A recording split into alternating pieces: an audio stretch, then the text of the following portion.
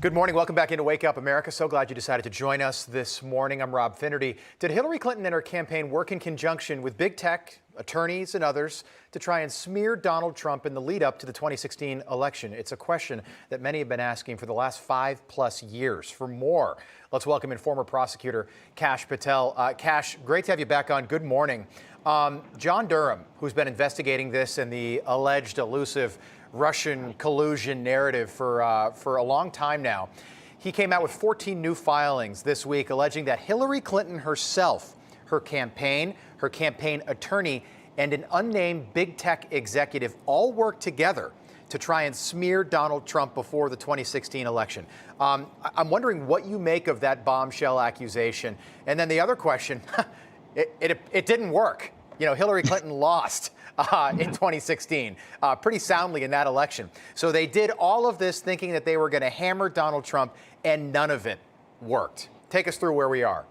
Yeah, good morning, Rob. Like you said, as 14 new filings, and it didn't work. What it shows is the joint venture conspiracy with John Durham has been laying out for almost a year plus, that the cast of characters from Ravi Moog, John Podesta, Mark Elias, Fusion GPS, Rodney Jaffe, this tech executive, all these characters who have been screaming through the fake news media that they were innocent and it was all a setup, are now taking aim at each other in Clinton world itself and setting up Michael Sussman to take the fall, the Clinton campaign attorney who's currently indicted by John Durham.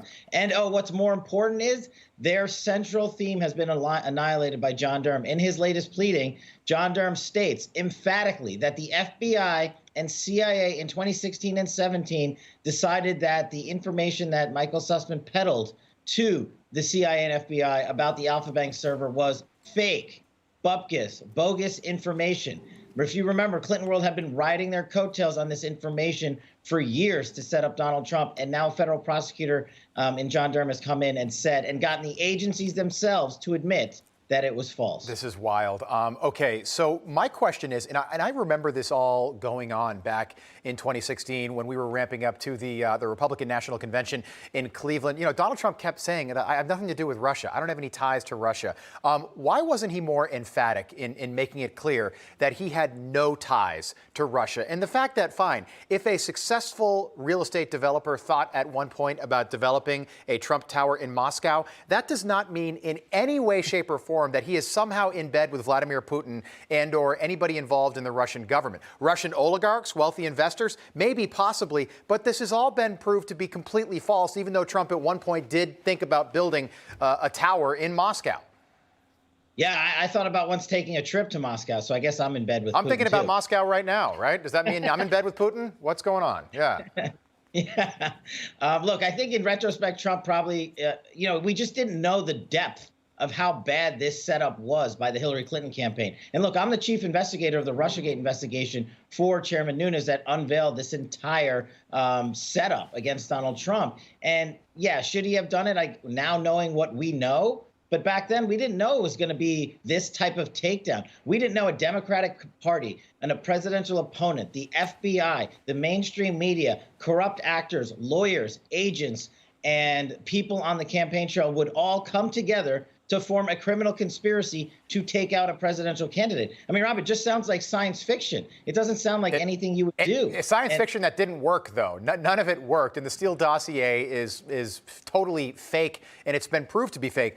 You put something out on Truth Social, and I've been sort of keeping an eye on your account there because for the latest on what's going on with what you're calling Durham Watch, you put out that the Durham Watch continues. It's a huge criminal conspiracy between Clinton World, the FBI, and all their operatives, including Fusion GPS, Steele, like the Steele dossier, and tech executives. Can you name any of these tech executives for us?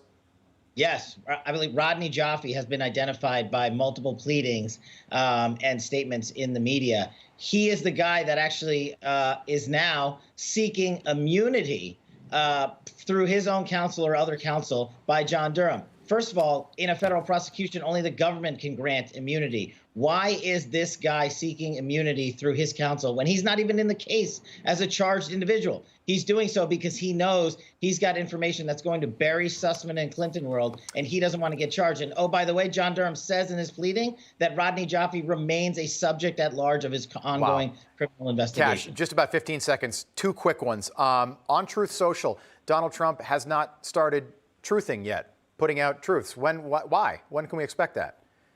Truth is still in beta, so people forget that we're still onboarding people, and obviously you want the main event to come in a little bit later down the road. Yes, okay, that makes sense. Final question. You still think Hunter Biden faces some sort of charges here, some sort of federal charge? I do. I just think it's going to take a little bit of time because we're going to have to force their hand. Don't forget, CNN, the New York Times, and Washington Post said we can talk about that now, that laptop.